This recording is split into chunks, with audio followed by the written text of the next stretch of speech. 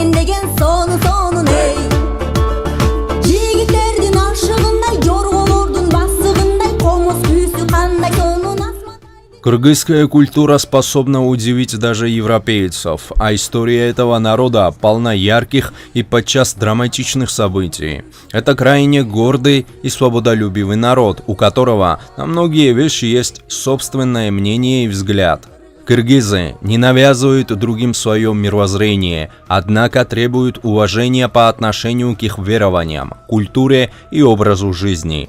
Богатство культуры и необычные традиции некогда кочевого народа – яркое свидетельство уникальности кыргызов. Кыргызская нация – одна из наиболее легендарных и древних наций, населяющих Центральную Азию. Народ достаточно дружный и сплоченный. Все кыргызы искренне любят свою землю и поддерживают многовековые традиции, основанные предками.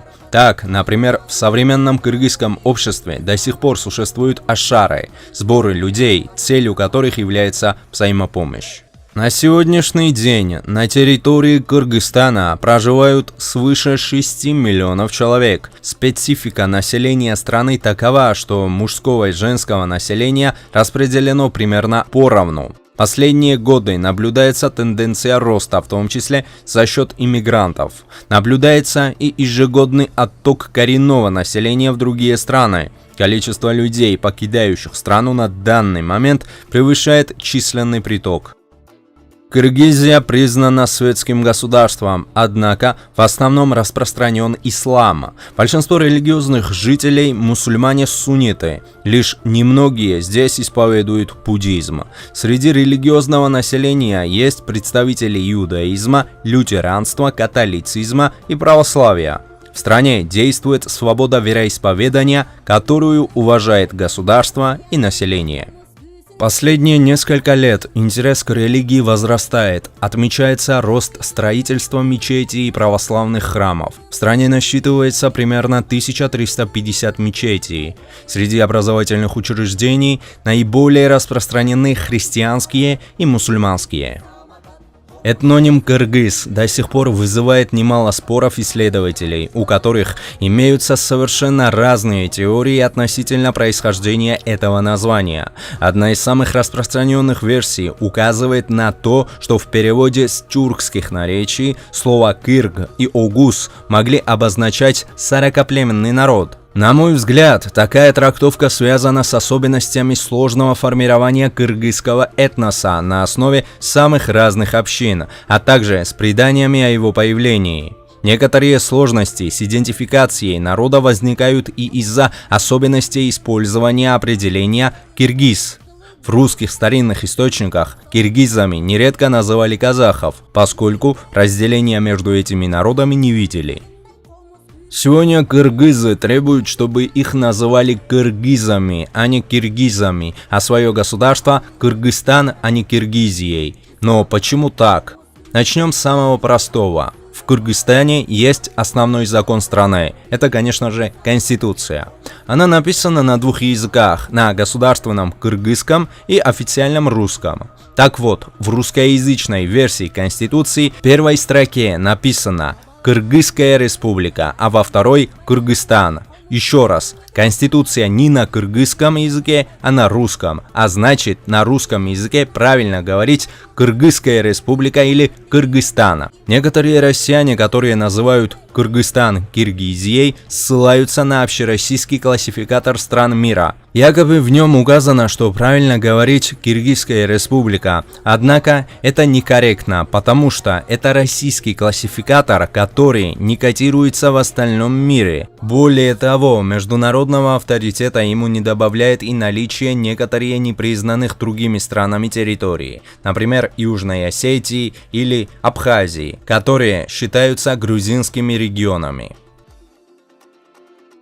История Кыргызстана раскрывает нам, с какими непростыми испытаниями народ этой страны вынужден был столкнуться, через какие тяготы прошли предки современных кыргызов. Давайте ответим на такие вопросы, как же появился этот этнос и как складывалась его судьба. Как показывают археологические исследования, первые поселения людей на территории современного Кыргызстана датируются еще средним палеолитом. Большинство коренных племен занимались скотоводством, чему способствовали климатические условия. Кроме того, значительная их часть вела кочевой образ жизни, что позволяло в зависимости от времени года перемещаться на новые земли в поисках пастбищ для животных. К древнейшим предкам кыргызов принадлежали скотоводческие племена саков и некоторые тюркоязычные племена. Воинственным сакским племенам и их преемникам, усунам, пришлось вести долгие и изнурительные военные противостояния с гунами, что представляли собой самую грозную силу Азии. В VI веке киргизы вошли в состав тюркского каганата. После его распада они вошли в племенной союз Дулу, который номинально подчинялся китайской династии Тан. В 840 году гордые киргизы разгромили уйгурский каганат, придав огню его столицу на месте современного монгольского Улан-Батора. Так образовалась кыргызский каганат. Киргизы установили мирные отношения со всеми своими соседями, кимаками, арабским халифатом и Китаем. Они создали свою письменность, которая вобрала в себя древнетюркское руническое письмо. Киргизы были отличными кузнецами за железными изделиями, которых приезжали даже из далекого Багдада. Киргизы могли выстоять войска в 70 тысяч всадников, но несмотря на свою миролюбивость, киргизы были отличными воинами, которых брали в качестве наемников по всей Евразии. Само кыргызское государство воинов ввела нечасто. Могущество киргизов кончилось с Великой засухой, которая поразила Великую степь в середине X века. Тогда киргизам пришлось уйти в родную Минусинскую долину, а на их месте пришли лесные племена, предки монголов. При этом часть киргизов в это время ушла в Тянь-Шань, где смешались с другими тюркоязычными племенами. Так образовалась этнос современных киргизов. Так и закончилась история великого кыргызского каганата, единственного мирного тюркского государства, которое стало образцом государственности для последующих кочевых образований. В дальнейшем разворачивается война уже с монголо-татарскими завоевателями. Предкам кыргызов приходилось удерживать территории Тянь-Шаня и Памиру Алтая. Своенравные и гордые киргизы не спешили подчиняться величайшей силе 13 века монголам. Во времена правления Чингисхана они оказали отчаянное сопротивление натиску завоевателей. Но даже после распада Орды возникают ханства, что не дают покоя кыргызам. Воинственность киргизов поражала монголов и армию Чингисхана, однако новые ханства одно за другим продолжают набеги на кыргызское государство, что вынуждает их идти на контакт с Российской империей. Это становится переломным моментом в истории страны. Ее северная часть присоединяется к России, а южная оказывается завоевана.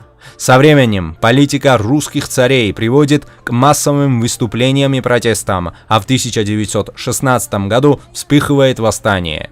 В дальнейшем, уже в период советской власти, многие кыргызы отличились в Великой Отечественной войне, преданно отстаивая интересы своей родины.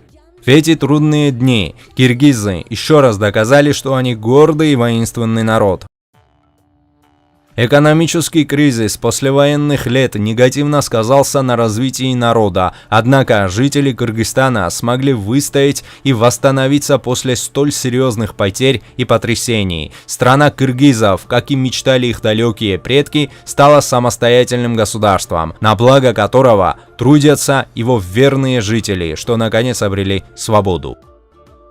Физиономисты причисляют лица кыргызов к монголоидному виду, черты лица соответствуют казахским, также прослеживается китайский облик. Повседневная жизнь кыргызского народа тесно перекликается с традициями. Одна из самых важных – это, конечно же, гостеприимство. Киргизы относятся к гостю как к благодати. Издавна считалось, что каждый зашедший в поселение должен посетить хотя бы один дом и разделить трапезу с хозяевами. В сельской местности обычаи гостеприимства чтут очень строго. Среди городских жителей многие о нем тоже не забывают. Поэтому на приглашение киргиза зайти в гости нужно отвечать утвердительно, иное воспринимается как дурной тон.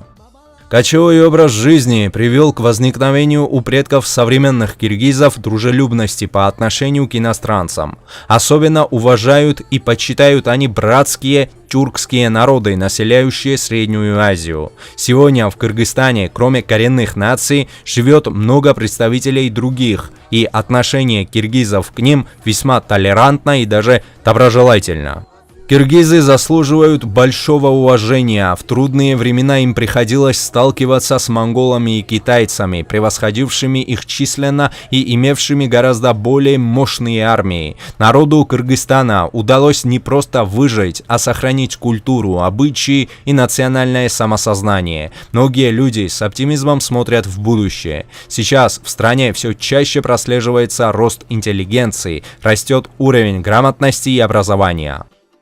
Киргизы – народ многогранный и сложный. В генетическом плане киргизы родственны многим степным и алтайским народам. Однако многие аспекты их истории так и остаются неразгаданными тайнами, которые ученым предстоит открыть в будущем.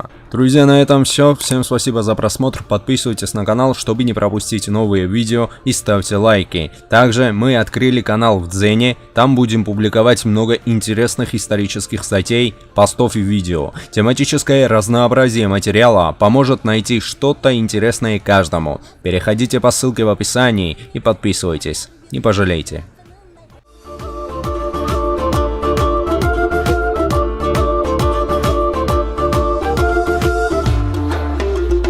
Бабалардын аянындай, Айкөл Манас баянындай, комуз күүсүн медер тутар бир кыргыз жакынындай. Hey!